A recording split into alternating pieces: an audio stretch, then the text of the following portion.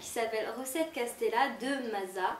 Donc c'est l'histoire d'un jeune garçon qui s'appelle Spoon Castel, un nom assez rigolo, qui va arriver dans une école, dans l'université de magie Destina.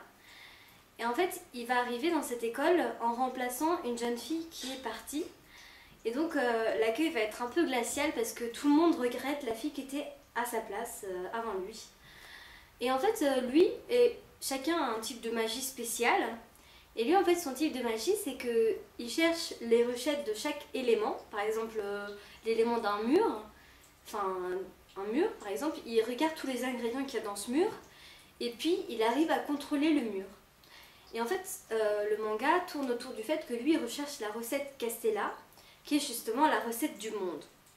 Alors, il la cherche, hein, c'est dans le premier tome, on ne sait pas encore s'il va la trouver.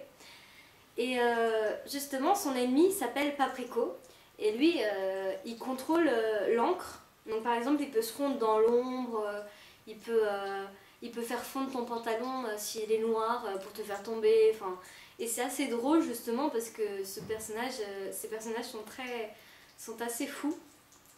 Donc les dessins, il est très bien dessiné, je l'ai trouvé. Puis c'est assez simple. Voilà. J'ai beaucoup aimé ce manga, je le conseille à tout le monde.